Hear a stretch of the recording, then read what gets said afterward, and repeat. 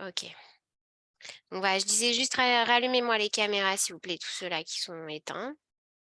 Et c'est parti. Donc, on a vu la dernière fois, on a parlé du prophète Eliaou, Eliaou Hanavi. Et cette fois-ci, nous allons parler de Yona, Jonas en français. Et avant de parler de lui, on va voir différentes approches. Je voudrais avoir votre avis. Qu'est-ce que ça vous évoque en fait, ce nom de Yona? À quoi c'est rattaché? Est-ce que ça vous évoque quelque chose? Est-ce que vous l'avez déjà entendu? Est-ce que ça c'est rattaché à un jour particulier, à une histoire particulière? Donc voilà, rapidement, un tout petit tour d'horizon là. Vous pouvez dire juste un mot, une phrase, hein, c'est pas un ifrane, d'accord? Donc dans l'ordre, on va commencer par en bas. Noah Amram.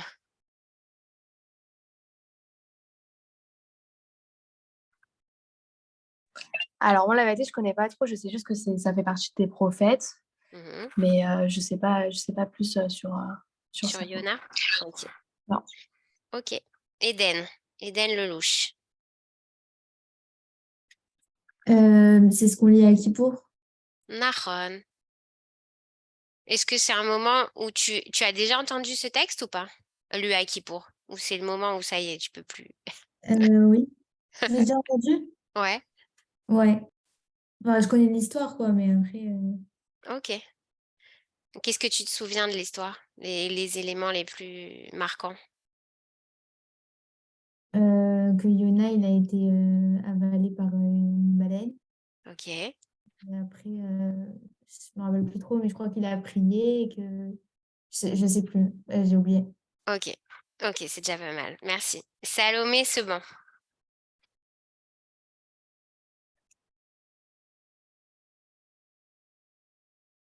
Salomé, es-tu là?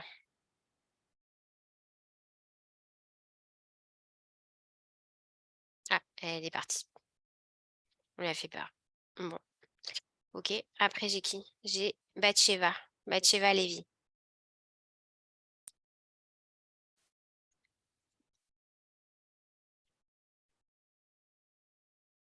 Bah alors? Je peux pas mettre ma caméra Non, c'est pas grave. C'est pas grave si tu mets pas la caméra. Juste dis-moi quelques mots sur Yona. parce que j'ai pas assez de. Je sais même pas sur Yona. Ouais. C'était quoi la question? Qu'est-ce que ça t'évoque? Est-ce que ça te dit quelque chose, Yona? Alors, Yona, c'est l'histoire de la il a été mangé par la baleine ou je sais quoi. Il voulait prévenir les habitants de Ninive. C'est un délire comme ça, quoi. Voilà. C'est ça, merci. Ok. Après Noah Elbaz.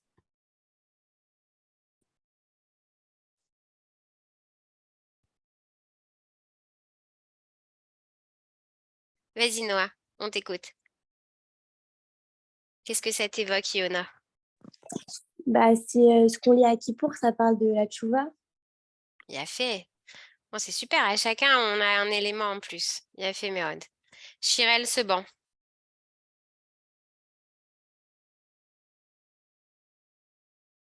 Non, c'est Chirel Seba qui est dans le bus. Tu peux nous parler quand même?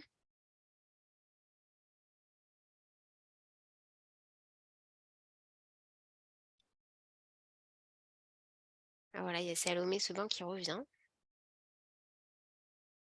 Mon micro ne marche pas. Ok. Bon, ok pour Chirel. Salomé Seban.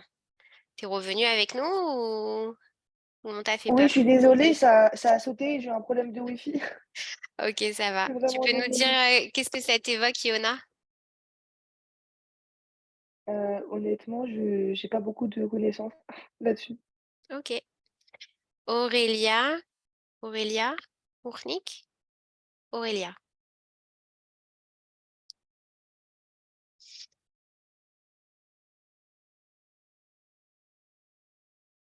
Aurélia. Voilà. Mm. Lionel, bah, moi je me rappelle qu'il s'est fait manger par la baleine. Enfin, c'est ce qui a déjà été dit, quoi. Je sais pas, je sais pas si je peux rajouter quelque chose Ok, de nouveau. Preuve de top. courage, quoi. Ok, merci. Tania, Tania Mamou.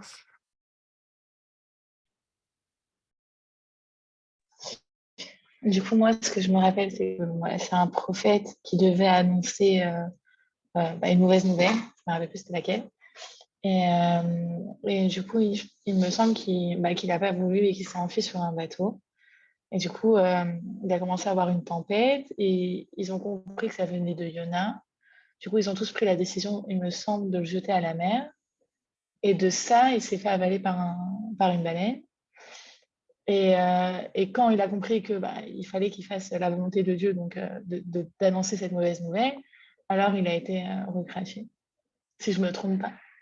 Bien fait, Mérode. Bravo. Shana, c'est bon. Voilà. Merci, Tania. Shana.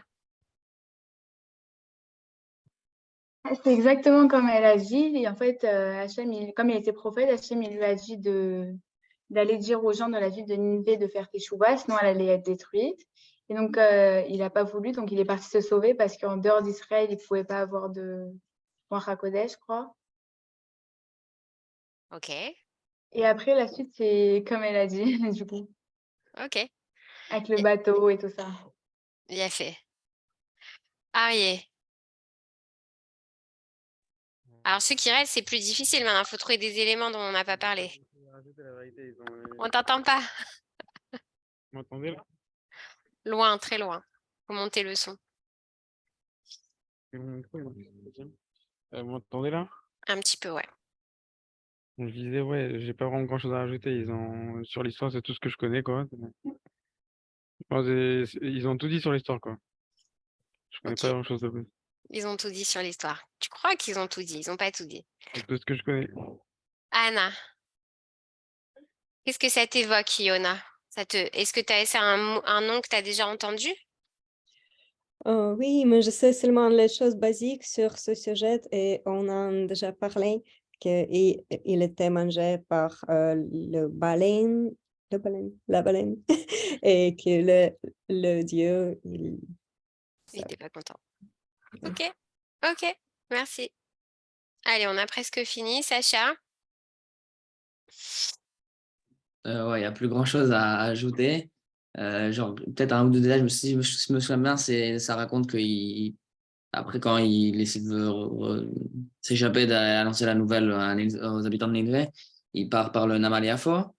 Un truc qui n'a pas été dit, c'est que après, quand la baleine le recrache, etc., il retourne à Ninive pour annoncer il leur dit, je me souviens plus de la phrase en hébreu, mais que dans 4 jours, Arba Miketz, la ville sera détruite et que le roi et le peuple jeûnent, prient Dieu, etc., et que la ville est sauvée. Il y a une histoire aussi que certains disaient qu'il était un avis shaker, mais je me souviens pas des détails de ça.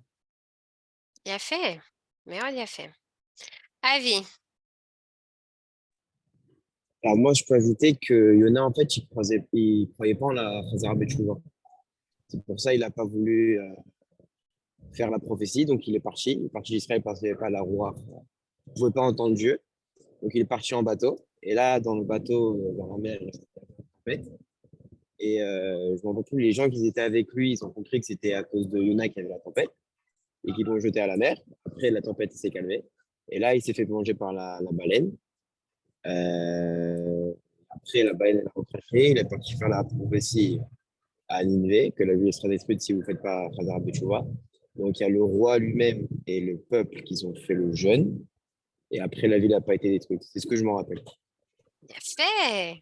Super. On a presque toute l'histoire. Allez, Mickaël, à toi. Non, moi, Dafka, je pense que justement, il croyait dans la tchouva, mais il savait que quand il allait à Ninive, c'était chez des goïs, c'était pas les juifs, et il savait que eux, ils allaient faire tchouva, mais que le peuple juif, alors qu'on leur disait tous les trucs, eux, ils n'ont pas fait tchouva, et c'est ça qu'ils voulaient pas faire. Et il y a aussi, donc, avec tout ce que les gens ont dit, pour ajouter tout à la fin, il y a l'histoire bizarre avec le caroubier, où il lui fait pousser, il est tout content, puis après, dans la nuit, ça lui enlève, et là, il pleure, il n'est pas content, et Dieu lui dit à la fin, alors quoi, sur ce caroubier que tu n'as rien fait, et toi, tu pleures. Et moi, sur la ville de Ninive que j'ai vu construire, moi, je ne vais pas pleurer. Et ça se finit comme ça. Bien fait, Méron. Bon, c'est bon, on a toute l'histoire. Bravo. Tov. Alors regardez, justement, on va regarder l'histoire de Yona. Elle est très courte. Effectivement, c'est l'histoire qu'on lit à Mincha de Yom Kippour. Et comme le livre de Ruth, elle comporte seulement 4 chapitres. Et ces 4 chapitres, ils commencent par les initiales de Yud-Ke, Vav-Ke. Ça veut dire qu'en fait, déjà, cette histoire, elle est inscrite, elle porte le nom de Dieu. Un des noms d'Hachem. Et dans les Pirkei des Rabbi Eliezer, il voit l'histoire de Yona comme un récit messianique qui apporte la délivrance du monde. Et l'histoire de Yona, donc vous avez tous dit, ça vous évoque celui qui s'est fait manger par la baleine. Elle a été reprise en fait en littérature, dans plein d'histoires. Donc par exemple, le fameux livre de Moby Dick, l'histoire de la baleine et du capitaine Achab. Il y a là-bas l'histoire de Yona, c'est pas exactement la même chose, et puis mais il s'en inspire. Il y a des versets bibliques qui sont cités là-bas. Le film, enfin l'histoire, vous connaissez tous l'histoire de Pinocchio. Ça a aussi repris cette idée de celui qui est avalé par le poisson. Ulysse de Joyce aussi, de James Joyce. Chez les chrétiens, il y a quelque chose qu'on appelle le signe de Jonas. Alors là, l'histoire, elle est inversée. C'est-à-dire que le signe de Jonas, c'est un prophète à qui on demande un signe. On lui demande de justifier qu'il a la parole divine. Et dans la lecture chrétienne, l'histoire de Jonas, elle vient pour faire honte à Israël. C'est-à-dire, elle montre comment les nations peuvent se repentir, mais qu'Israël est têtu et refuse de revenir à Dieu, justement. Et lui-même, Jonas, qui veut pas obéir et qui part de l'autre côté, c'est pour montrer à quel point le peuple d'Israël est retors et ne veut pas faire justement la volonté de Dieu, et donc légitime la place du christianisme qui vient remplacer Israël. Dans l'islam, on trouve aussi le prophète Yona, et là-bas l'histoire est un tout petit peu différente parce que lorsque Yona va être jeté dans la mer, donc là dans notre histoire il est jeté dans la mer par les marins, on va voir pourquoi, comment. Dans l'islam, il se suicide. Yona se suicide. Donc là aussi, l'histoire, elle est un petit peu différente. Et la morale aussi. Et puis, en psychanalyse, en psychologie, il y a ce qu'on appelle le syndrome de Jonas. Qu'est-ce que c'est que ce syndrome de Jonas? C'est la personne qui n'arrive pas à avancer, qui est coincée dans un cercle vicieux et qui a peur de réussir, qui se sabote elle-même, qui s'empêche d'avancer, qui s'empêche de réaliser sa vocation dans ce monde. Et ça s'appelle le syndrome de Jonas. Et ça nous renseigne en fait sur l'histoire de Jonas. On va voir pourquoi c'est particulièrement intéressant. Maintenant, qui est Jonas? Pour celui qui a écouté le cours la dernière fois sur Eliyahu Hanavi, je ne sais pas si vous vous souvenez, mais à un moment donné, il se retrouve chez la veuve de Sarepta et elle a un enfant qui meurt. Et qu'est-ce qu'il fait Eliyahu Hanavi? Il va lui rendre la vie. Il va arriver à le faire revivre. Et bien, figurez-vous que Yona, dans les Midrashim, c'est cet enfant qui est revenu de la mort. C'est lui, Yona. Effectivement, on nous parle de Teshuvah dans l'histoire de Yona. On va voir qui fait Teshuvah, qui ne fait pas Teshuvah, pourquoi vous n'êtes pas sûr, est-ce que Yona croit en la Teshuvah ou pas, pourquoi est-ce qu'il est d'accord, pas d'accord, on va voir tout ça, on va essayer d'éclaircir. Mais pour le Malbim et le Gaon de Vilna aussi, qui commentent cette histoire de Teshuvah dans le livre de Yona, qui est particulièrement choisi et placé à un moment clé de la prière de Yom Kippour, ça veut dire on est à Mincha, on est juste avant la fin, juste avant la Neila.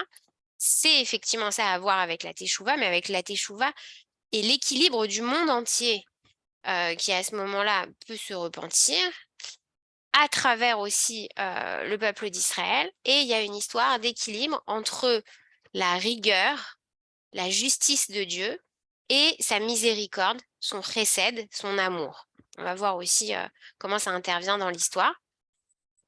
Donc après, vous avez dit Yona, il est envoyé à Ninive.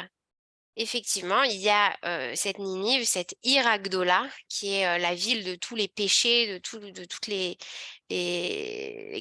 calamités, un peu comme Sodome dans l'histoire d'Abraham.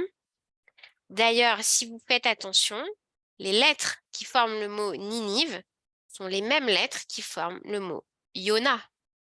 Et ça aussi, c'est pas pour rien. Bon, vous allez voir, il y a différents niveaux de lecture de l'histoire de Yona. Ok, alors pour commencer, venez, on va voir justement, on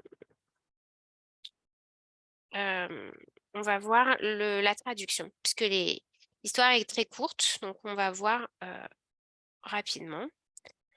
Et cette fois-ci, je vous ai photocopié un récit de Elie Wiesel qui parle de Yona, mais je voudrais cette fois-ci qu'on s'intéresse plutôt à l'exégèse de quelqu'un qui s'appelait Ruth Reichelberg. Elle était professeure à l'université de Bar-Ilan. Elle a été doyenne de littérature comparée et elle a écrit un livre sur Yona qui s'appelle L'aventure prophétique. Et elle a été notamment, en plus de ça, donc elle est née en Algérie. Ensuite, elle est passée à Paris et après, elle a fait son alia en Israël. Et donc, elle a enseigné à Bar-Ilan. Et surtout, elle a été l'amie de Manitou, André Neher, etc.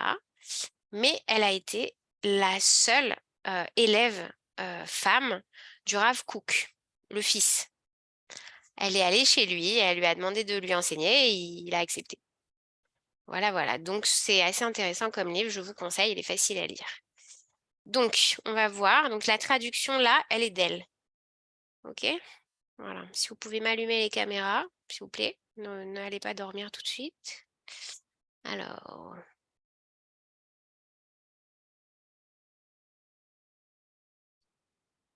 Attendez. OK, ensuite...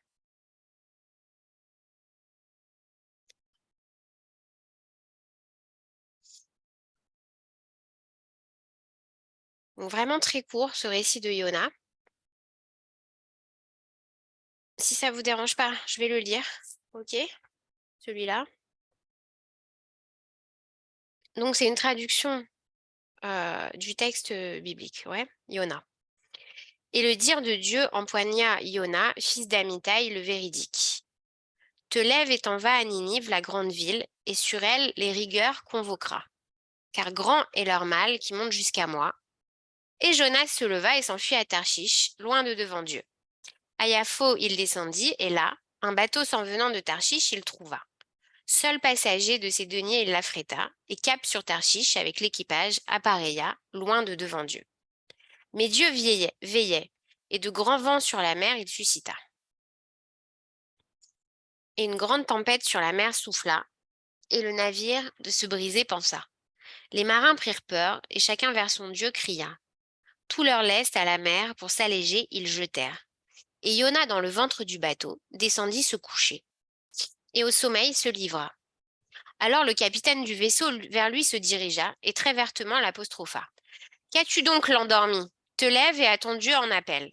Peut-être pour nous se fera-t-il violence, et ainsi n'irons-nous pas à la perte. Et chacun dit à son prochain, venez, les sorts tireront, et par qui nous advient ce malheur, nous saurons. Les dés ils tirèrent, et le sort désigna Yona. Alors ainsi ils lui parlèrent. Dis-nous, qui nous vaut ce naufrage? Ton art, quel est-il? Ta terre, quelle est-elle? D'où viens-tu et à quel peuple appartiens-tu? Et Yona leur répondit, Hébreu je suis et l'Éternel des cieux je vénère, lui qui la mer fit et la terre ferme. Et les hommes craignirent d'une grande crainte, et s'adressant à lui, qu'est-ce donc que tu as fait? Car ils surent que de devant Dieu, ils fuyaient. Jonas le leur ayant révélé. Ils lui dirent alors, que te ferons-nous que se taise la mer tout autour de nous? Car elle gronde la tempête. Et Jonas leur dit, saisissez-vous de moi, et dans la mer profonde, immergez-moi. Ainsi elle s'apaisera, car c'est moi qui sur vous l'ouragan est amené. Alors désespérément les hommes d'équipage en vain s'efforcèrent-ils de gagner le rivage, car tout autour d'eux la mer tourbillonne et fait rage. Ils en appelèrent à Dieu et lui dirent, face au Éternel, qu'à perte nous n'allions de par l'âme de cet homme, mais du sang innocent, Seigneur, ne nous est redevance, car tu es Dieu, et ce qu'une fois tu as voulu, tu l'accompliras. » Les marins alors Jonas soulevèrent, et à la mer peu à peu l'abandonnèrent. Seulement alors elle se calma. Et ces hommes connurent la crainte révérentielle. Dans l'offrande, ils surent Dieu, et leurs vœux les engagèrent. Et Dieu fit surgir un gigantesque poisson mâle pour avaler Yona. Et Yona, dans les entrailles du poisson mâle, 3 jours et 3 nuits durant, vint à l'être. Alors Yona pria vers Dieu, depuis la matrice du poisson femelle. « J'ai appelé Dieu du goulot de ma détresse, et il m'a répondu. Du ventre du Shéol, j'ai hurlé, et tu as écouté ma voix. Dans le gouffre au cœur des mers, tu m'as plongé, et le fleuve sur moi s'est noué. Toutes tes lames et toutes tes vagues sur moi ont déferlé, et je disais, j'ai été chassé loin de tes yeux. Mais non, je verrai encore le sanctuaire de ta sainteté. Tes eaux m'ont enlacé jusqu'à en mourir, l'abîme m'a aspiré, et les joncs ont cerclé mon crâne. Jusqu'aux naissances des montagnes, je suis descendu, et la terre devant moi à jamais s'est verrouillée. Et toi, tu as fait remonter ma vie du néant de la corruption, éternel mon Dieu. Quand mon âme sur moi s'est refermée, alors de Dieu je me suis souvenu. Que monte ma prière jusqu'à toi dans le sanctuaire de ta sainteté. Les pourfendeurs de vanité, ta miséricorde les abandonne, et moi dans le champ de l'offrande et de la gratitude, je te connaîtrai, et les vœux que de devant toi j'ai une fois jurés, je les accomplirai, que délivrance soit à Dieu. » Alors Dieu intima au poisson mâle l'ordre de vomir Jonas sur la terre ferme. Et pour la seconde fois, le dire de Dieu empoigna Jonas. « Te lève et t'en vas à Ninive. Koum velech el Ninve. La grande ville est là, Eir Agdola. Et là tu lui crieras la parole que je te parle. » Et Jonas vint à Ninive sur la parole de Dieu. Et Ninive était une grande métropole, 3 journées de marche pour la traverser. Et Jonas commença à parcourir la ville, toute une journée.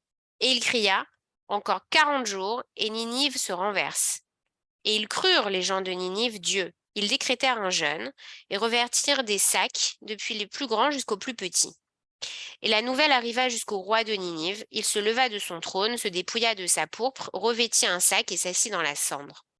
Il cria de douleur et promulgua un édit.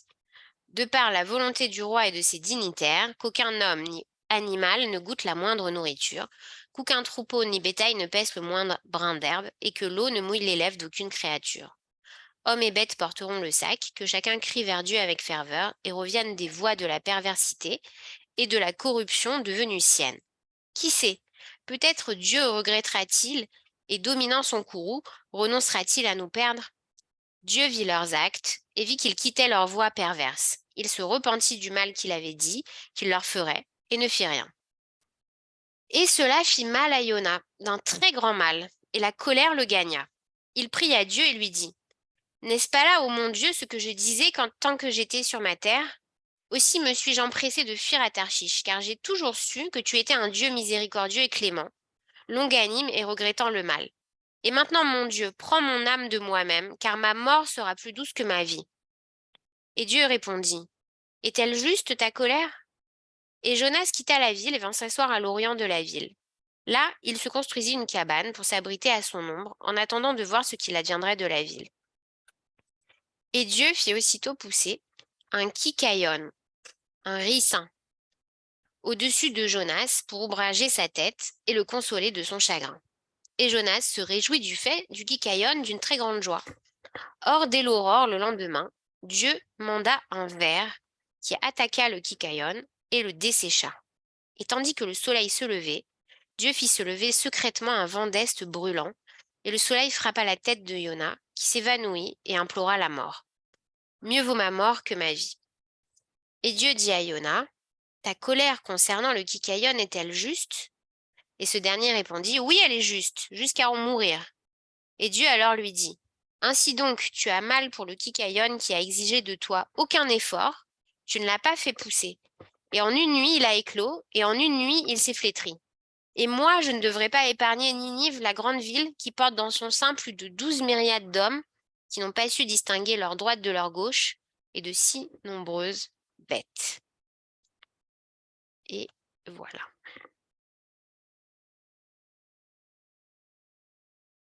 Ok. Donc effectivement, vous avez trouvé tous les détails importants de l'histoire. Mais on reste avec des tas de questions en fait. D'abord, pourquoi est-ce que Yona refuse d'aller porter la parole de Dieu à Ninive? Petit 1. Petit 2, pourquoi est-ce qu'à la fin, une fois que finalement, quoi, il a été forcé par Dieu, l'histoire du poisson, c'est quoi? C'est de le mettre en danger de mort pour qu'il prie au secours et qu'ensuite il comprenne qu'il n'a pas le choix? C'est bizarre. Encore qu'on a vu que Dieu, il force son prophète à faire ce qu'il veut. C'est-à-dire. Mais après, une fois qu'il a porté la parole de Dieu et que ça a marché, ça veut dire que incroyablement, ça a marché immédiatement. Tout Ninive, qui était des pourris jusqu'à la moelle, dès qu'ils ont entendu Yona, ils se sont tous retournés. Ça veut dire ils ont changé du jour au lendemain. Et le roi et tout. Et Dieu, il n'a pas attendu, il n'a pas réfléchi, hop, il les a sauvés. Et Yona n'est pas content. Il est tellement pas content qu'il veut mourir. Et qu'est-ce qu'il fait Dieu pour lui expliquer mieux? Parce qu'il dit, bon, ok, t'as pas compris, après tout ça, t'as toujours pas compris. Il lui fait un arbre pour lui faire de l'ombre. Ok, le ricin. Et là, Yona il est content, ça va mieux, machin. Et hop, il fait mourir l'arbre. Et donc, Michael, ça ressemble à ce que tu as dit. Ça veut dire que, est-ce que c'est un exemple en lui disant, regarde, toi, tu as la pitié pour un arbre et tu n'as pas pitié pour une ville avec des gens, des enfants, des femmes. Genre, tu peux comprendre ça. Mais ça nous explique toujours pas pourquoi il n'était pas d'accord, Yona. Alors, est-ce que vous avez une idée?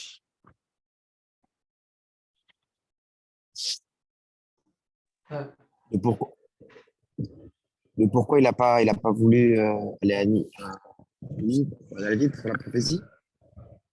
Ouais, pourquoi il voulait pas aller à Ninive porter la prophétie? Moi, je crois que j'ai deux théories. Soit, moi, je pense qu'en fait, ce que j'ai appris au lycée, Mhm, il croyait pas dans la Khazara du Tchouva. Ça veut dire qu'en fait, si t'as fauté, t'as fauté. mhm, Tu vas rester le même.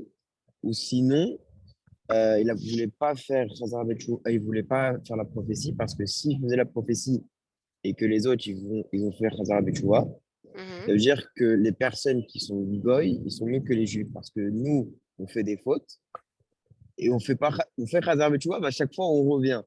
Et donc, eux, ils ont entendu, ils ont fait directement Khazara Betchouva, ils ont fait le jeûne. Voilà. Donc, ça veut dire qu'en fait, les goïms, ils sont mieux. Je pense que les goïms, ils sont mieux que les juifs.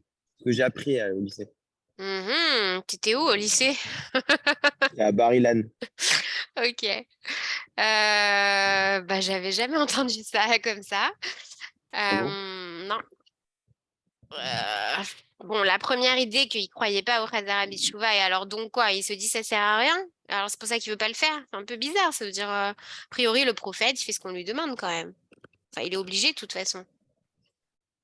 Et puis, Ah, pour ce qui est des goïms, on a vu ensemble, au tout début, on a vu l'histoire de Yov. Et on a vu que l'histoire de Yov, justement, elle concerne tout le monde. Parce qu'il est pas expressément hébreu, Yov. Tu vois, il parle pas pour le Ham Israël, il parle pour toute l'humanité.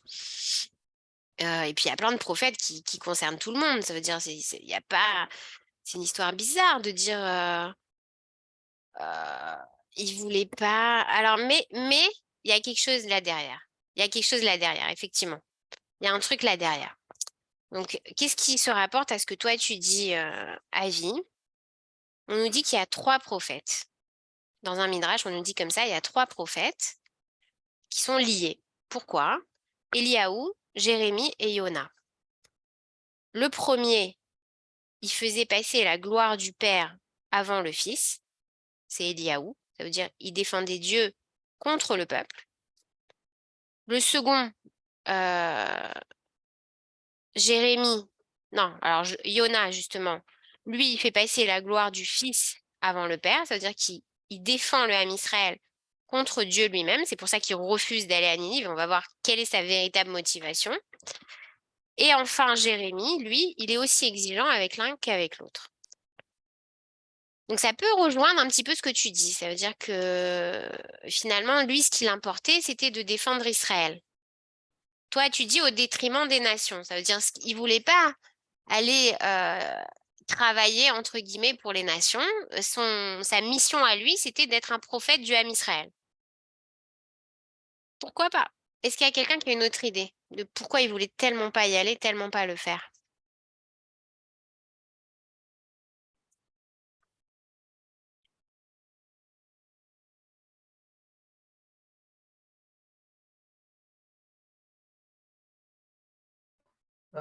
Ça rejoint un peu l'idée de la vie, c'est qu'au final, si un truc qui est terrible, de dire de détruire la ville, etc., comme ça, Mhm. ils voient les Juifs enfin, que tout le monde voit qu'au final, Ninive, ils font tchouva, etc., alors que les Juifs, ça fait depuis des centaines d'années qu'il y a tous les prophètes qui viennent leur dire arrêtez, arrêtez, arrêtez. Ça, au final, c'est un manque de kavod, même pour Israël. Marrant parce que votre lecture, là, elle rejoint la lecture chrétienne, en fait, des choses, mais à l'inverse. C'est-à-dire que eux, ils lisent en disant, voilà, ça fait honte à Israël, cette histoire. Et là, vous dites, bah, justement, c'est pour ça qu'ils ne voulaient pas y aller, pour pas faire honte. Mais vous vous rappelez pas l'histoire d'Abraham? Abraham, il se pose aucune question quand il va pour défendre Sodome et Amora. Il dit, s'il y a 50 justes, s'il y a 40 justes, s'il y a 30 justes, jusqu'à 10 justes, il va pour défendre là-bas les gens. Et les gens de Sodome et Amora, ils valent pas mieux que les gens de Ninive. Alors, ok, il y Et a peut-être qu'il avait peur pour sa vie. Yona, Mhm. qu'il avait peur de mourir. Je sais pas s'il avait Oui, peur. peut-être que le peuple se rebelle et lui dise on ne veut pas écouter ta parole, on ne te croit pas, on te tue. Ah, l'inverse. Ouais, mais Mhm. là, tout ce qui monte de cette histoire, c'est l'inverse. Ça veut dire qu'effectivement, il sait que ça va marcher, c'est pour ça qu'il veut pas y aller. Mhm. Parce que il a pas peur de mourir, parce que quand il part en bateau et tout ça, il arrête pas de répéter tue-moi, je veux mourir, laisse-moi mourir. Genre au contraire, ça veut dire il préférerait mourir en fait que de voir l'histoire se aller jusqu'au bout. Bah, je sais pas.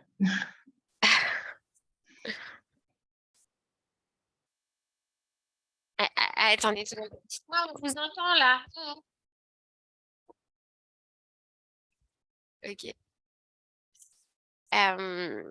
Alors, il faut savoir que la prophétie chez Yona, elle s'est révélée un jour très particulier. Elle s'est révélée le jour de Simcha Bet HaShoeva. Simcha Bet HaShoeva, c'est à la fin de Sukkot, ouais, c'est ça. Et c'est la fête des libations d'eau. C'est-à-dire, c'était le moment où au temple, on puisait de l'eau. Et c'est en même temps la fête des épousailles entre le peuple et Dieu. Donc, Yona, effectivement, il est complètement dans cette idée qu'il y a un lien très particulier entre Dieu et le Ham Israël et que c'est ça qui est le plus important. Et en fait, Yona, il est, il est Iré Adoshem. Et Abraham, lui, il était Iré Elohim. Qu'est-ce que ça veut dire? Ça veut dire que Yona, il a directement dans sa prophétie, dans sa compréhension de Dieu, le Dieu d'Abraham, Yitzhak et Yaakov, le Dieu personnel, ce qu'on a appelé le Dieu transcendant. Et Abraham, lui, il a 10 épreuves à faire dans sa vie jusqu'à la ligature d'Yitzhak. C'est l'inverse. Ça veut dire que Abraham, lui, il connaît Dieu d'abord comme créateur du monde, comme Dieu de l'univers, comme Dieu de l'humanité, ce qu'on dit Elohim, le Dieu même de la nature et tout ça. Et au fur et à mesure de ses épreuves, de sa vie, de son chemin, il va faire connaissance, il va devenir intime du Dieu d'Abraham, Yitzhak et Yaakov, du Dieu d'Israël. Donc en fait, chacun doit faire le chemin inverse. Donc vous avez raison sur cette idée-là, c'est que Yona, toute cette histoire-là, c'est pour l'amener à arriver à comprendre que le Dieu d'Israël, c'est aussi le Dieu du monde entier, c'est aussi le Dieu de l'humanité et c'est aussi le Dieu des nations. Et qu'il doit faire son travail de prophète, même si là, dans ce cas-là, ça ne concerne pas Israël particulièrement. Mais ça ne peut pas être aussi simple que ça, il y a quelque chose dessous. Bon, je vais vous dire qu'est-ce qu'il y a dessous. Il y a un midrash qui raconte que pourquoi Yona il voulait pas prophétiser, parce qu'il a vu que qui c'est qui va sortir de Ninive? Bah, tout simplement Nabuchodonosor, celui qui va détruire le temple, détruire Jérusalem et asservir le peuple d'Israël, etc., les envoyer en exil et tout. Donc c'est encore pire. Ça veut dire c'est pas seulement Dieu, il va les sauver et après, c'est eux qui vont asservir Israël. Donc, pour lui, c'est totalement injuste. Ça veut dire il ne mérite pas d'être sauvé, il ne mérite pas de faire teshuva. Et en plus de ça, il ne veut pas être complice de quelque chose qui plus tard va avoir des conséquences sur le futur, sur l'histoire d'Israël. C'est pour ça que c'est tellement révoltant pour lui. Parce que lui, il a vu plus loin, il a vu toute l'histoire, il sait ce qui va se passer. Donc ça, c'est une chose. Maintenant, il y a toute cette histoire bizarre du poisson, du bateau, etc. Qu'est-ce que ça nous rappelle? Alors d'abord, quand il est... Alors venez, on reprend l'histoire. Ok, donc Dieu, il l'appelle, il lui dit, va, Yona, va à Ninive. Yona, il dit, non. Enfin non, il dit rien d'ailleurs. Il se lève, il s'en va et il part dans la direction opposée. Ça veut dire qu'est-ce qui est le plus loin de Ninive? C'est Tarshish, c'est dans l'autre sens. Donc il part de l'autre côté. Et ça veut dire que là, on a une indication sur la prophétie elle-même. Ça veut dire que le prophète, il se met en marche. Il est obligé de se mettre en marche. Mais il a trouvé une parade. Ça veut dire que il fait la volonté d'Hachem en se mettant en marche, sauf que il prend le chemin inverse. OK? Donc il monte, il va à Yafo, comme vous avez dit, il trouve un bateau. On nous dit qu'il a de l'argent et qu'il paye pour tout le monde sur le bateau. Et quand il monte sur le bateau, qu'est-ce qu'il fait? Il descend dans la cale du navire et il s'endort. Et le bateau s'en va, il y a une grande tempête, le bateau est en danger, tout l'équipage est en angoisse, ils sont tous d'une nationalité différente, ils prient tous des dieux différents et ça sert à rien. Donc ils disent il doit y avoir un autre problème qu'on n'a pas découvert et c'est là qu'ils cherchent partout dans le bateau et qu'ils trouvent Yona qui dort et il lui dit, c'est là qu'il lui dit Malecha Nirdam, comme dans la prière des Slichot. Qu'est-ce que tu dors? Qu'est-ce que tu dors, homme? Qu'est-ce que tu dors? Lève-toi. Et donc, il se réveille. Il leur dit, écoutez, c'est à cause de moi tout ça, ces problèmes, la tempête, je sais que c'est à cause de moi. Si vous voulez que ça s'arrête, il n'y a qu'une seule chose à faire, c'est me jeter à la mer. Et on nous raconte que les marins, c'est des bonnes personnes. Ils ont des scrupules. Ça veut dire leur travail de marin, c'est d'accompagner les passagers à bon port. Ils veulent pas le tuer à Yona. Ils disent non, on peut pas faire ça. On n'est pas des méchants. On n'est pas comme ça. Et il leur dit mais si, mais c'est moi le problème. Donc qu'est-ce qu'ils font? Le Midrash il raconte qu'ils vont progressivement, ils vont voir si c'est vrai d'abord. Donc ils attachent Yona et ils trempent ses pieds dans l'eau. Et ils voient que quand ils trempent ses pieds dans l'eau, la mer, elle se calme. Donc après, ils le ressortent et hop, la mer, elle recommence à faire des vagues et des tempêtes et tout. Après, ils le mettent jusqu'au ventre. Ils voient que la mer, elle se calme. Donc il n'y a rien à faire en fait. Ils voient qu'il a raison, qu'il n'y a qu'une seule chose à faire, c'est le jeter dans l'eau. Donc à la 3e fois, ils le jettent dans l'eau. Et là, Yona, il pense que ça y est, il va être tranquille, c'est fini pour lui, il va mourir. Et c'est là qu'on a un gros poisson qui passe par là et qui avale Yona. Donc c'est pas une baleine, hein. Je sais pas c'est d'où vous avez sorti la baleine. Ça, c'est absolument pas écrit en hébreu que c'est une baleine. C'est pas une baleine, c'est un très gros poisson. Et en plus de ça, je sais pas si vous avez entendu, elle l'a transcrit dans la traduction, mais dans le texte hébreu, c'est d'abord un gros poisson et ensuite une grosse poissonne et ensuite encore un gros poisson. Très bizarre. On ne sait pas pourquoi ça change. Il y a une raison aussi. Donc, il avale Yona.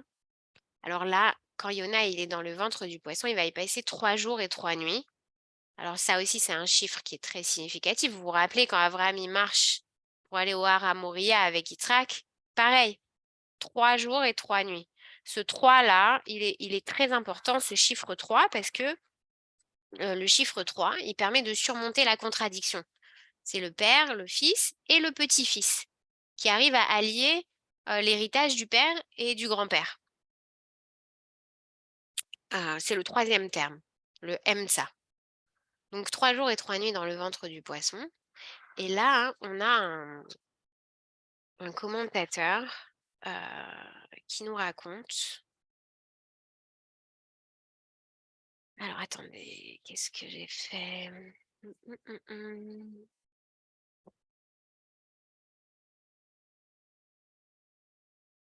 Ah oui, alors c'est justement dans les Pirkei de Rabbi Eliezer.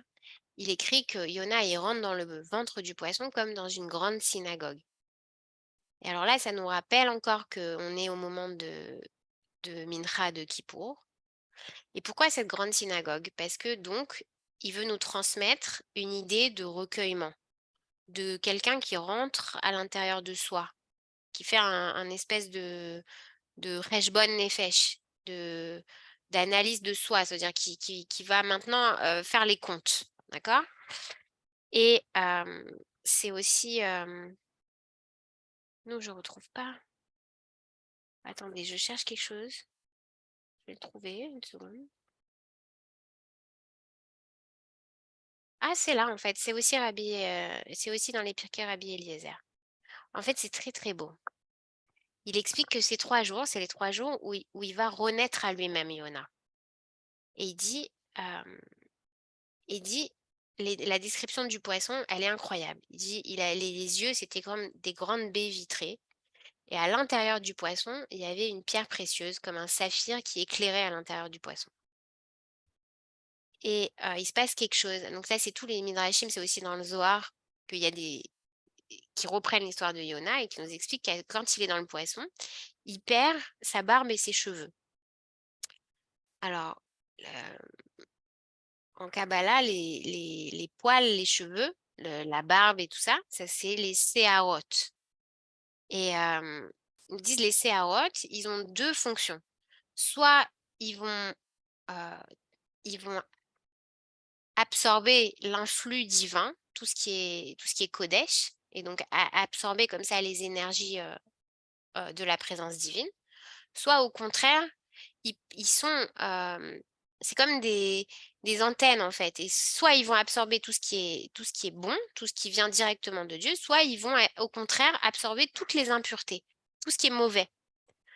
Et il dit, c'est toute la différence. Il dit, les Seharot, s'ils sont dans le bon derer, si l'homme, il absorbe la spiritualité, alors c'est Seorim. Ça devient des céréales. Ça devient une nourriture qui nourrit l'homme et qui le fait grandir. Il dit, c'est ce qui va se passer dans le ventre du poisson. Yona, il va rentrer en lui-même. Et il y a un midrash qui nous raconte que quand il est dans le ventre du poisson, que se passe-t-il? Donc après, il y a la grande poissonne. Et là, il y a une autre description. On nous raconte que dans ce ventre, à ce moment-là, il y a des millions d'œufs dans le ventre qui attendent d'éclore. Donc on a cette idée de matrice, de Rechem, d'accord, où il est vraiment dans le ventre de la poissonne et il y a une espèce de fécondité. Et là, il y a un autre midrash, c'est le Malbim qui raconte et qui dit que le poisson, il emmène Yona dans les fonds sous-marins pour lui montrer des choses. Et qu'il arrive tout au fond et que là, Yona, il voit le Har Moria. Ils arrivent au Har Moria, donc à la montagne du Beth Amikdash. Et qu'est-ce qu'il voit sur cette montagne? Il voit Korach. Vous savez, celui qui n'était pas d'accord avec Moshe dans le désert, qui lui a fait la guerre là-bas, et que sauf la terre, elle a englouti Korach et ses copains. Et bien voilà où ils sont. Ils sont en haut du Har Moria. Et qu'est-ce qu'il voit Yona? Il voit le 3e temple, raconte le Midrash. Et dans le 3e temple, sur le Har Moria, il y a Korach et tous ses copains qui sont en train de prier. Et là, Yona, ils lui disent à Yona, il lui dit, prie pour la délivrance. Donc en fait, Yona, il voit que tout est comme un espèce de puzzle géant, comme que tout est lié. C'est-à-dire qu'il faut passer par toutes les phases de l'histoire, qu'il faut passer par Ninive, que lui, c'est juste un pion dans cette histoire et qu'il doit faire sa mission, qu'il doit faire ce que Dieu il lui demande de faire. Et donc, c'est là, effectivement, qu'il va se mettre à prier Dieu. Le Midrash raconte qu'à ce moment-là, il récupère sa barbe et ses cheveux et que le poisson va le rejeter sur les rives de Ninive. Et donc, il va à Ninive. Vous avez vu aussi dans le texte, c'était marqué qu'il fallait 3 jours de marche ou 4 jours de marche pour parcourir toute la ville et que lui, en seulement 1 jour, il arrive à atteindre tout le monde en parlant. Ça aussi, c'est bizarre. C'est-à-dire que son message, il se répand comme une traînée de poudre dans toute la ville. Et ils font Teshuvah. Après, si vous voulez un tout petit peu la mique encore un tout petit peu plus là dans ce sens de la lecture un petit peu ésotérique. Alors, on a parlé que Yona il s'endort. Quand on dit on traduit, la traduction, par exemple, il y a le Targum Yonatan, où on traduit la Gemara, on traduit le texte hébreu en araméen pour comprendre. Et cette traduction, sa valeur numérique, c'est 649. 649, c'est quoi? C'est aussi tardema, c'est le sommeil. Et on dit que quand on met en sommeil l'hébreu, alors ce qui est voilé, ce qui est caché se dévoile. En fait, dans l'écart qu'il y a entre la langue d'origine et la langue de traduction. Donc nous, quand on explique et quand on traduit maintenant en français, on comprend des choses parce qu'on est obligé de faire l'effort d'expliquer les choses pour traduire. Vous comprenez? C'est un commentaire, en fait. Une traduction, elle est forcément un commentaire. Et ça, c'est Rabbi Nachman qui dit ça sur le Targum et le Tardema. Et l'histoire de s'endormir, justement, on le retrouve ailleurs. On le retrouve 2 fois. On le retrouve d'abord avec Abraham dans la Brit Ben Abetarim. La première alliance d'Abraham, l'alliance entre les morceaux, là, quand il lui dit sors compter les étoiles, et après Abraham il s'endort, et après il se réveille, il doit couper les bêtes et tout ça. Et bien là, c'est écrit Vaishkav Vairadem. Et il s'est couché et il s'est endormi. Et après, il y a aussi avec Yaakov, quand il part, il fuit Esav et il est dans la nuit. Et Vaishkav Vairadem, il se couche et il s'endort. Et qu'est-ce qu'il fait? Il prend avant de s'endormir des pierres. Il se fait comme un oreiller avec les pierres. Alors Rabbi Nachman, il dit, c'est pas des pierres, c'est des lettres. Il dit, il y a 22 pierres, comme 22 lettres de l'alphabet. Il dit, c'est pour ça que l'hébreu s'endort dans la traduction, dans le rêve aussi. Ok. J'ai juste une petite question par rapport à. Vas-y. Est-ce que Yona, il était connu? Est-ce que c'était la superstar de l'époque? Parce que Ah, ça veut dire que non, parce que je veux dire, sinon, c'est à Nineveh, t'as un mec qui arrive, qui dit la ville va être détruite, et tout le monde dit ok, il a raison. Alors, je veux dire, c'est bizarre un peu quand même. elle est bizarre cette Personne, histoire. Elle est personne ne le bizarre. remet en doute, personne ne dit non, c'est qui ce mec? Nachman, c'est très étonnant. Et en fait, les commentateurs essayent de comprendre, mais pourquoi d'abord ils font tous teshuva? Et est-ce que c'est une vraie teshuva? Et ils viennent à la conclusion de dire non, c'est pas une vraie teshuva. Ils font teshuva parce qu'ils prennent au sérieux le message de la destruction et qu'ils ont peur pour leur peau. Donc ils font ce qu'il faut faire pour sauver leur vie, mais c'est pas une teshuva profonde. C'est-à-dire ils reconnaissent pas Dieu, ils reconnaissent pas l'unité de Dieu, et après ça ils vont recommencer à faire ce qu'ils ont toujours fait. C'est juste une teshuva ponctuelle pour sauver leur peau. Alors c'est encore pire. Yona, il comprend encore moins pourquoi est-ce que Dieu il tient à les sauver en fait. Et même quand il voit toute l'histoire avec l'histoire du poisson et tout ça, il comprend toujours pas, puisque après on voit qu'une fois qu'il a réveillé tout le monde et que tout le monde a fait des chouvas et que la ville est sauvée, il y a encore l'histoire de l'arbre, du Kikayon. Pourquoi? Parce qu'en fait, Yona, même qu'il a vu en prophétie le 3e temple, il est toujours énervé. Son amour d'Israël, il est plus fort que l'histoire, que les justifications. Il pense il peut pas excuser la souffrance en fait du Ham Israël. Il peut pas justifier la destruction de Jérusalem et il veut pas être complice de ça. Donc Dieu il lui fait l'histoire de l'arbre. Il dit regarde, voilà l'arbre, t'es content, machin, tout ça, tu vas bien. Moi je tue l'arbre et là tu pleures, tu veux mourir. Et donc tu comprends bien que moi, Dieu, si, comme toi tu demandes, je fais ce monde avec la justice uniquement, alors ce monde ne peut pas tenir. Parce que la justice, elle est trop dure. Ça veut dire que personne ne peut tenir, en fait. Personne ne peut vivre. Si Dieu, il est que juste, tout le monde doit mourir. Tout le monde est fautif, tout le monde a péché, tout le monde est mauvais, et l'homme ne devrait pas exister. C'est ça la réalité de la justice. Et c'est ça le véritable message que Dieu il essaye de faire passer à Yona avec cette histoire de l'arbre. Il lui dit, regarde, moi je suis aussi Rahman, je suis aussi Chesed, je suis aussi miséricorde. Et je suis obligée de tenir le monde comme ça, sinon le monde il explose, il tient pas. C'est trop dur. Et toi, Yona, c'est ça que tu veux en fait. Ce que tu me demandes, c'est la justice. Mais il faut que tu comprennes à l'intérieur de toi que ça ne peut pas tenir dans ce monde. C'est une très grande leçon, c'est une leçon qui est dure à comprendre pour Yona.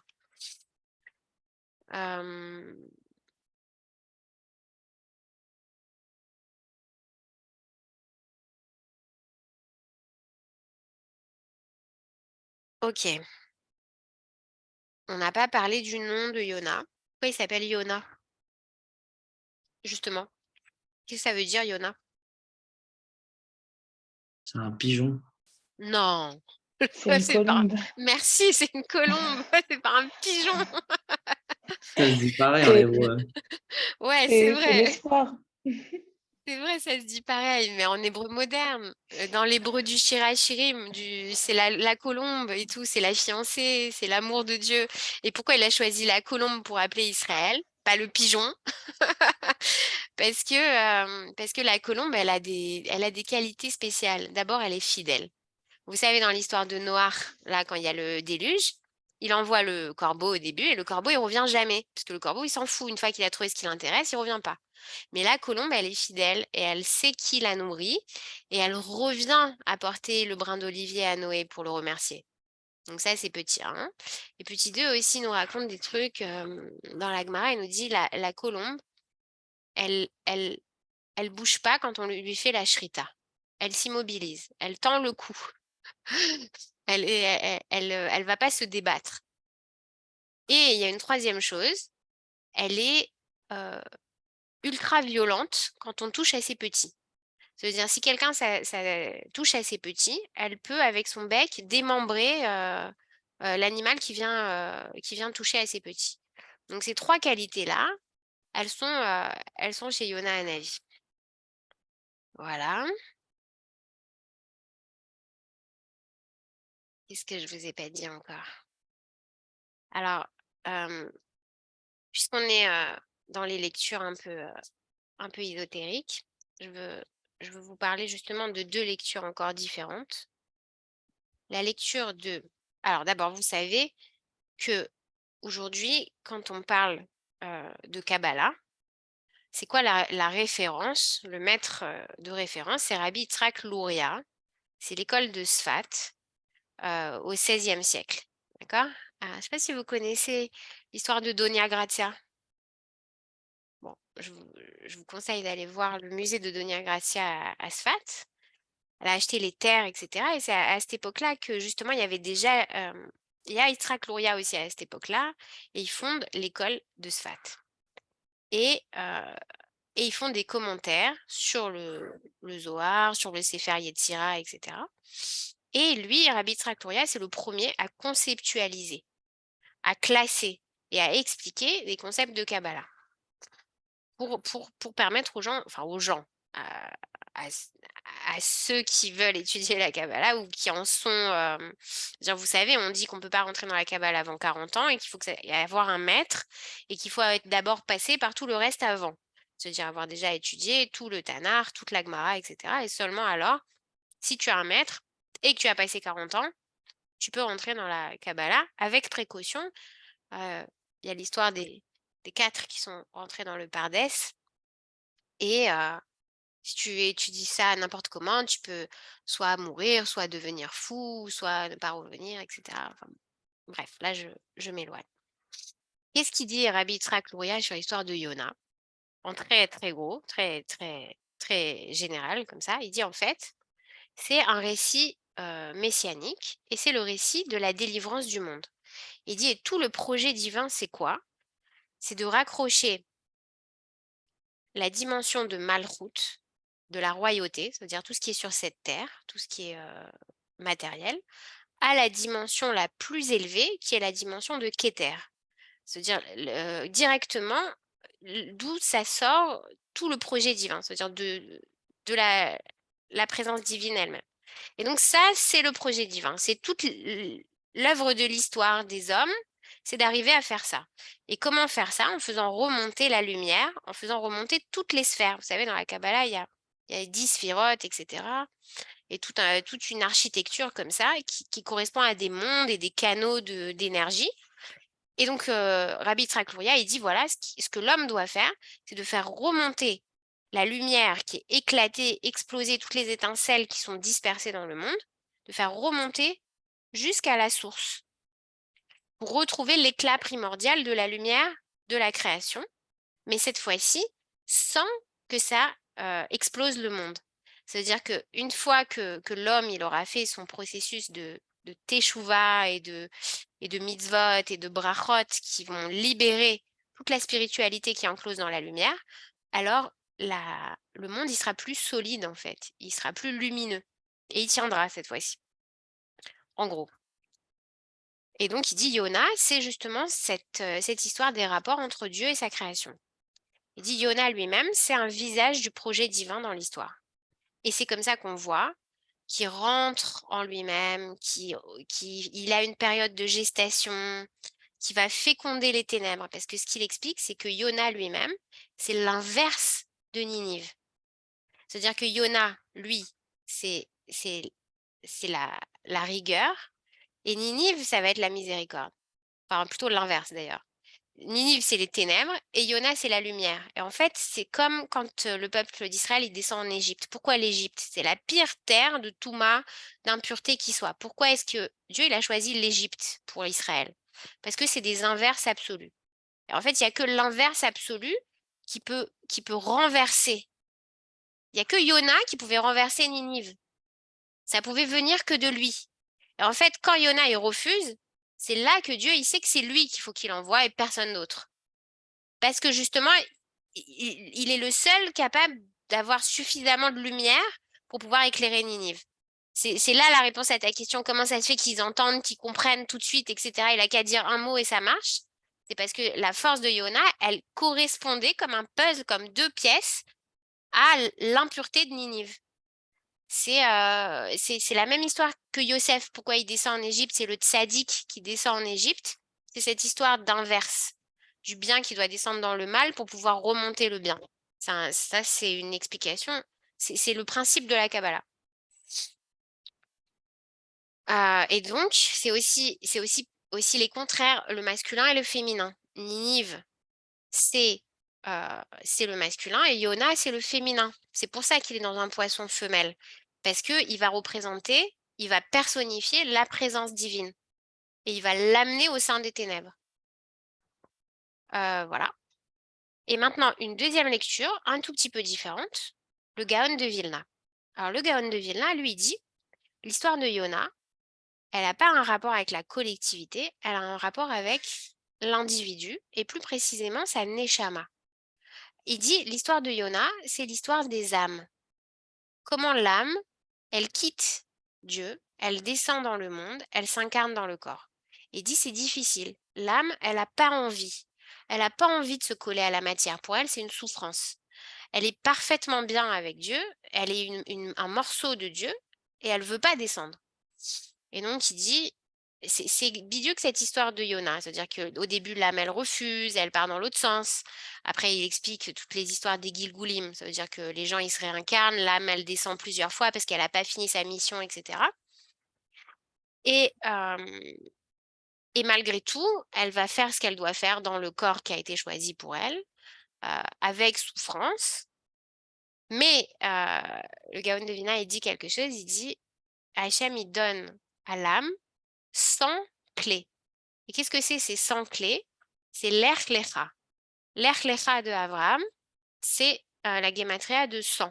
Et c'est les 100 clés que l'âme elle a pour ouvrir les portes, pour pouvoir ensuite remonter et vivre dans la matière et ensuite remonter à Dieu. Et c'est cette histoire de l'Erch Lecha, c'est-à-dire quitte le pays dont tu es né, tes parents, tes amis, ta terre, etc., ta maison. Donc, pour le Gaon de Vilna, il lit cette histoire comme le voyage de l'âme qui descend et qui remonte. Voilà, voilà.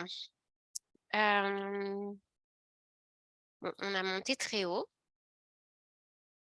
Ah, je finis, je vous éclate avec la dernière, les derniers trucs.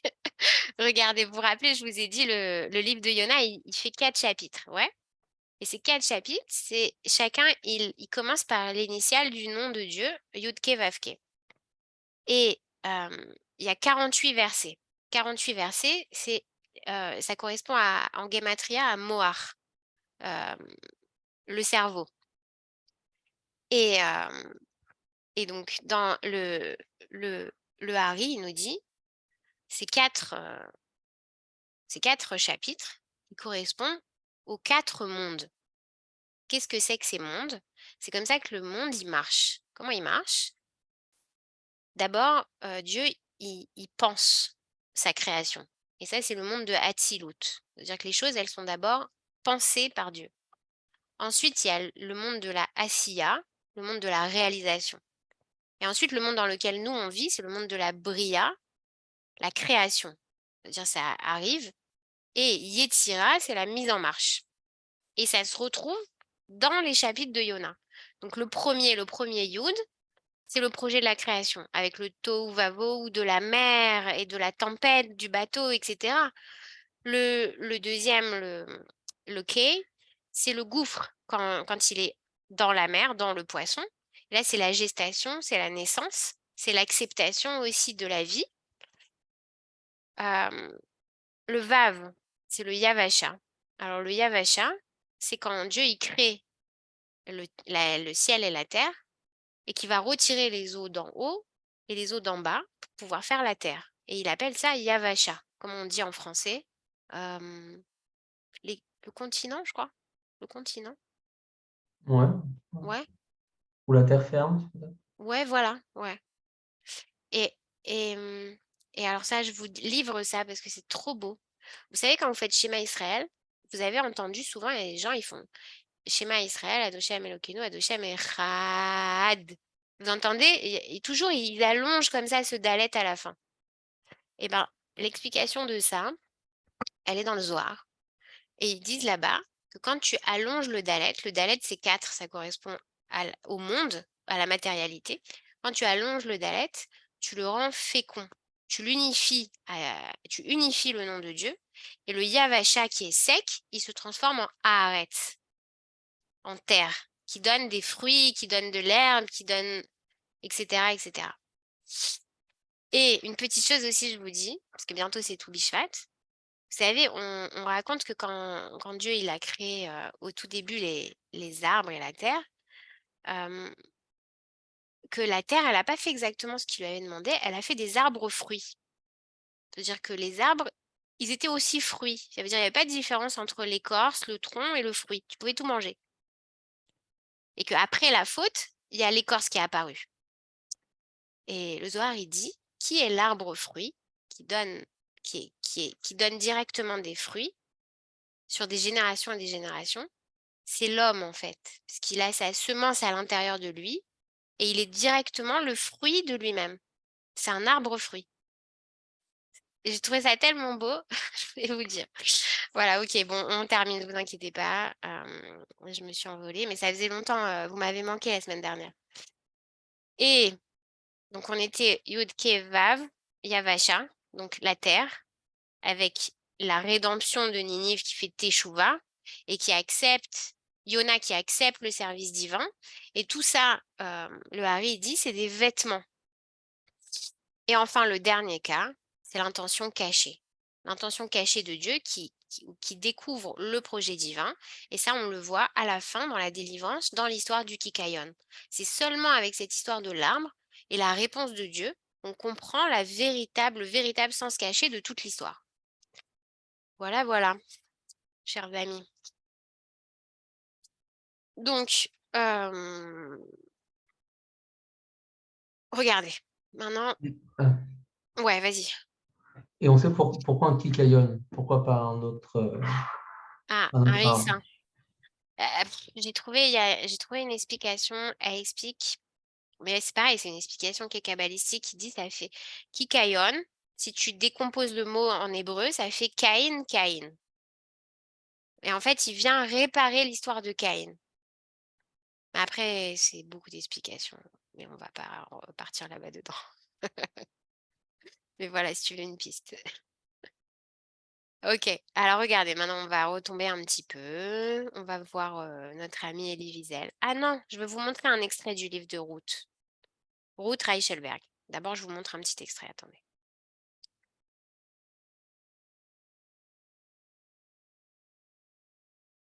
Alors.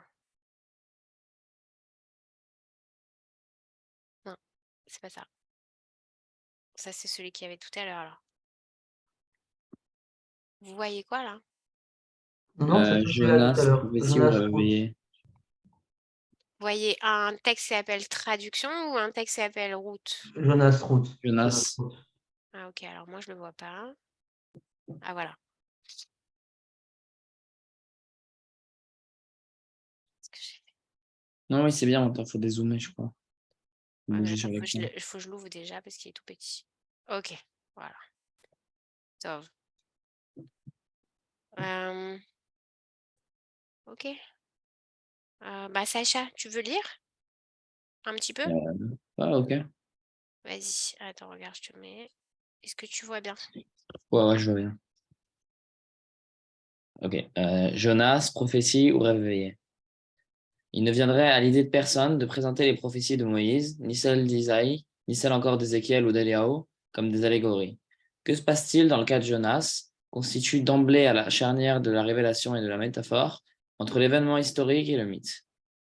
Pourquoi, dans un monde si riche en signes et prodiges, prendra-t-on plus volontiers à la lettre les plaies de l'Égypte ou la séparation des eaux de la mer Rouge, alors que l'on éprouve d'emblée le besoin de situer Jonas dans une perspective exclusivement allégorique? Certes, le prophète Jonas, en tant que personne, a bel et bien existé. Il est le contemporain d'Éliaou, celui d'Élisée, contemporain de Jéroboam, fils de Joas et de Jéhu, fils de Nimée. Il a donc vécu au 8e siècle avant l'ère chrétienne. Il est très important de le situer dans l'histoire, car le livre de Jonas semble beaucoup plus préoccupé de l'histoire personnelle du prophète que du contenu de sa prophétie. Est-ce que le message contenu dans les prodiges et les miracles de la sortie d'Égypte nous est, comme tout, plus déchiffrable que l'histoire de Jonas? La vie de Jonas, il est vrai, est tout particulièrement exemplaire. Lorsque le Midrash interroge le livre de Jonas, il nous présente. C'est vrai que on a tendance à considérer l'histoire de Yona comme une histoire, même pour les enfants, cette histoire d'être avalé par un poisson, rejeté par un poisson. Alors qu'elle a raison quand elle dit finalement on accepte beaucoup plus le récit de la sortie d'Égypte, même les plaies de l'Égypte, que cette histoire de Yona. Vas-y. Il présente le prophète sous une lumière très singulière et tient à ce que le caractère édifiant du personnage nous soit connu. En effet, Jonas serait mort par 2 fois, aurait ressuscité par 2 fois. Aussi, la rédemption de Ninive, accomplie précisément par le biais de Jonas, prend-elle une dimension toute particulière. Il s'agit de sauver la créature en tenant compte de sa faiblesse, inhérente au fait même de sa création. L'histoire de Ninive et celle de Jonas vont alors dérouler notre propre histoire, celle des efforts de la créature pour accéder à l'être et ses propres échecs. Il est plus facile de se reconnaître dans Jonas que dans Moïse. Le livre doit peut-être sa fortune au fait qu'il marque le passage du biblique au signe, du révélé au mythe, de l'histoire toute particulière d'un prophète d'Israël à l'histoire universelle. C'est la première fois que le destin d'un prophète interpelle plus que le contenu de sa prophétie. Si nous n'oublions pas les péripéties de la vie de Moïse, c'est son apport au monde et à la Torah qui porte son nom que nous vénérons, au point de les confondre tous les deux. Quelle que soit la littérature midrashique consacrée à la personne de Moïse, nous sommes en présence d'un destin et d'un vécu tout à fait exceptionnel. Mais quel que soit l'aspect légendaire de la vie de Jonas, quelque part en nous, nous nous identifions à lui, car Jonas touche en nous une corde très secrète. Il scande ce passage de l'être de désir au désir et à la panique d'être. Il est le point nodal entre l'exigence de justice et la promesse de rédemption et de pardon aussi. Jonas, plus intime certes, mais en même temps irréductible, car en lui se profilent les visages de Noé, d'Abraham, de Moïse et d'Élie, dont il constitue l'étrange synthèse, la nostalgie et la mémoire. Quoi qu'il en soit, dans ma propre lecture, je suis parti, bien évidemment, du centre vers la péripétie. Je suis parti tout à la fois d'une conception juive de Jonas et de l'exégèse hébraïque du livre de Jonas. Jonas est avant tout un prophète hébreu, que l'on peut localiser et dans le temps et dans l'espace. Il est l'enfant de cette veuve de Sarepta, chargée de nourrir le prophète Élie, dont la tête vient d'être mise à prix par le roi Achab, l'époux de Jézabel. Élie vient de décréter 3 ans de 17 sur la terre d'Israël, dont le peuple, sur l'instigation de ses rois impies, s'est mis à adorer Baal. Dieu, irrité de la trop grande rigueur de son prophète, le met à l'épreuve en faisant mourir l'enfant de son hôtesse, Jonas. Élie va ressusciter Jonas, mais peu de temps après, il devra se départir du flambeau de la prophétie en joignant à sa place Élisée avant de s'élever en apothéose au ciel. Juste réponse de Dieu à un prophète aussi inconditionnellement amoureux de la parole de Dieu et aussi maltraité que l'a été Éliaou. Lorsque la parole de Dieu vient à Jonas à propos des Ninivites, Jonas n'en est pas à sa première prophétie. C'est la 3e mission que nous lui connaissons. Jonas a déjà ou en Jéhu fils de Nimi, sur l'ordre d'Élysée. Sifrizuta, c'est lui qui intima à Jéroboam l'ordre de rétablir les frontières d'Israël depuis la Bath-Ramat jusqu'à la mer de la Plaine. Il aurait même prophétisé la destruction imminente de Jérusalem que Dieu ne réalisa pas. Lors de cette dernière intervention du Verbe divin, dans la vie de Jonas, ce dernier est âgé, selon le Midrash, de 102 ans. Pourquoi le Midrash s'évertue-t-il à nous donner tant de précisions sur l'âge d'un prophète, sur ses origines, son ascendance, sa configuration géographique? Il vient de Gath Hefer. Que cherche-t-il à nous enseigner par là? Attends, peut-être. Est-ce qu'il y a quelqu'un qui veut lire? Quelqu'un d'autre ou ça va? Sacha, ça va? C'est pas long après, ça s'arrête. Non, c'est bon, je peux continuer. Ouais, Mhm. 2 pages. Bon, tu verras. Ouais. Alors vas-y. Le livre de Jonas, plus que tout autre, éclaire les rapports de Dieu au prophète et ceux du prophète à Dieu. En nous précisant l'âge de Jonas, le Midrash souligne le fait qu'il n'est pas un héros de comédie qui fuit devant ses missions, ni un être à la tête fanfaronne et légère, mais qu'il est un homme qui a déjà vécu sa propre vocation dans toute sa complexité. Il ne s'agit pas d'un jeune prophète refusant la prophétie comme porteuse d'effroi, ce qu'elle peut réellement être dans la vie du prophète, mais d'un homme rompu à l'exercice de décryptage des signes, qui vient à la prophétie ayant déjà traversé, tout enfant, les ombres de la mort avant d'être ressuscité par Élie le Tishbite, nom du prophète Élie ou Eliaou. Sa connaissance de Dieu est profonde. Jonas a vaincu la mort une première fois.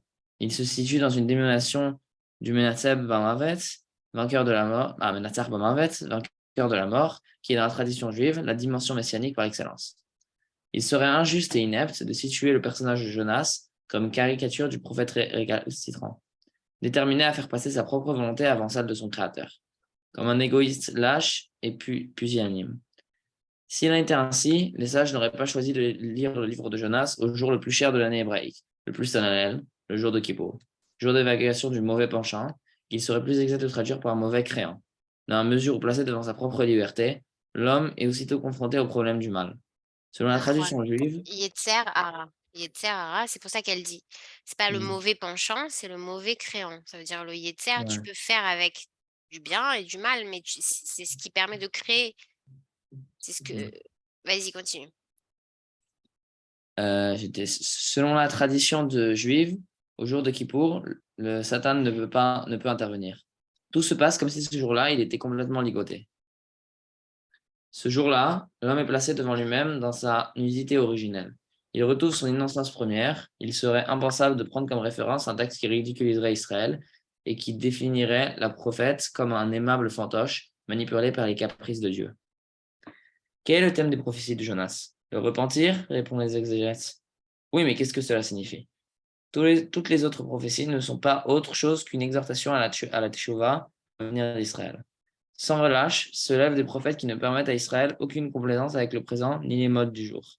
L'un après l'autre, les prophètes poursuivent le combat pour la mémoire et rappellent à Israël la révélation du Sinaï et le scandale d'une histoire qui ignore son devenir. L'un après l'autre, ils ont à redéfinir le concept de la vie pour ce peuple si doué pour vivre. Dans sa soif de vitalité, Israël est placé devant une nécessité de choix souvent douloureux. Pour capter la bénédiction divine, il peut s'ouvrir complètement à l'abondance du monde. Mais en même temps, le choix moral s'impose de manière intransigeante. C'est peut-être pour cela que les époques les plus riches de prophéties ont également été des époques de grande idolâtrie. Des prophéties bien plus dures ont été réalisées, bien plus dramatiques. Des royautés et des peuples entiers ont été décimés. Et ceci sur l'ordre de Dieu. Et chaque fois qu'Israël, par miséricorde ou par pitié, a épargné celui que Dieu définissait comme son ennemi, et ceci pose des problèmes d'exégèse infinis, c'est lui qui est devenu l'objet de la vindicte divine. C'est pourquoi le fait qu'au jour le plus saint pour Israël, le jour de Kippour, jour des retrouvailles de l'origine, jour du grand retour, soit évoqué le repentir des Ninivites, ne révèle pas au hasard. En effet, ce repentir est d'une nature et d'une essence qui n'ont rien de commun avec ce que Dieu est en droit d'exiger à Israël. Car la repentance des peuples obéit à d'autres critères que le retour d'Israël, qui n'est pas seulement repentance de telle ou telle faute, mais réintégration du projet de Dieu pour l'homme. C'est l'indice que quelque chose de très important, de très précis, est en train de se passer et concerne en premier lieu Israël. Cette soudaine miséricorde de Dieu pour Ninive, quel sens lui donner à partir d'Israël? Car il est bien évident que le texte s'adresse d'abord à Israël, et que l'exégèse devra partir du centre vers la prophétie. vers la périphérie. En effet, si on détachait cette histoire du contexte géographique et historique d'Israël, le comportement de Jonas resterait parfaitement inexplicable et gratuit. Envisagez l'hypothèse suivante. Jonas fuit la parole divine sans raison, et il est donc dans son tort. Serait déconsidéré non seulement la liberté du prophète, mais encore Dieu lui-même. Car alors que signifierait cet acharnement de Dieu à la poursuite de Jonas? Dieu aurait-il manqué d'envoyer, qui aurait peut-être été ravi d'accomplir la mission divine? Et un prophète tout autre que Jonas, qui accepterait l'ordre divin d'aller à Ninive, mériterait-il encore le titre de prophète? Or, il se trouve que c'est précisément cette résistance qui fait de Jonas le seul à être habilité à devenir le réceptacle de cette parole. Contrairement à la littéralité du texte, a priori, Dieu aime et respecte son prophète. Il tient absolument à ce que lui et personne d'autre devienne son envoyé. Par-delà les faits apparents, les images fortes, la pseudo-désobéissance de Jonas, il nous faudra essayer de comprendre pourquoi les sages l'ont comparé à Moïse. Jonas reste une figure capitale dont il nous faudra rétablir la stature. L'histoire de la prophétie et l'approche de la prophétie resterait incomplète s'il y manquait la personnalité de Jonas, qui prend le parti de Dieu contre Dieu lui-même et qui, ce faisant, fait apparaître plus que tout autre des rouages de la providence divine. La liberté du prophète, en même temps que sa parfaite obédience, sont mises en scène dans ce livre avec une audace merveilleuse. Le conflit entre le prophète et Dieu nous permet de mieux appréhender le jeu de la miséricorde divine. L'histoire ne peut se jouer là où l'exigence de la loi est totale, mais elle ne peut non plus se jouer là où l'exigence de la loi n'est pas totale. Ce n'est qu'au degré suprême de la rigueur que pourra se faire l'exigence suprême de l'amour. L'enjeu de la prophétie est tel que c'est précisément en refusant d'aller à Ninive que Jonas devient le seul être à pouvoir y aller. C'est ainsi qu'il répond aux besoins de Dieu dans une intime et sublime compréhension de ses besoins, car Dieu, en l'occurrence, a besoin de Jonas. Dans la perspective judaïque, le livre de Jonas est un livre clé, capital pour la compréhension de l'être hébreu. Pris dans un équilibre très inconfortable de fermeture et d'ouverture, aussi menacé par l'une que par l'autre. Enfin, le jeu de l'exégèse nous fera rapidement comprendre pourquoi Jonas ne peut pas détester Ninive au point de vouloir sa perte, comme le texte dans son acception littérale le laisserait supposer. Car Jonas, qui se prononce en hébreu Yona et qui s'écrit des lettres Yudvav Nun-Hei, n'est jamais que l'envers de Ninive, en hébreu Ninve, orthographié Nun Yud Nun Vav Hei. De sorte que Jonas égale Ninive. Ce sont les mêmes lettres qui épellent les deux noms, ce qui ne peut manquer de nous interpeller et nous donner à réfléchir sur le sens de la providence. C'est là qu'intervient la longue patience de l'amour, le questionnement inlassable des sages, pour dégager la figure de Jonas dont l'exigence totale force la révélation totale. Avant d'aborder l'exégèse, j'essaierai de donner un aperçu de la perception de la prophétie dans le cours des histoires à travers les âges. Razak Obaro. Bravo. Ok, bon, bah voilà les amis. Je pense qu'on a fait le tour quand même. Et voilà. Si vous voulez poser des questions, sinon je crois qu'on va s'arrêter là pour ce soir. Très intéressant, merci. Je vais arrêter l'enregistrement si vous voulez. Attendez.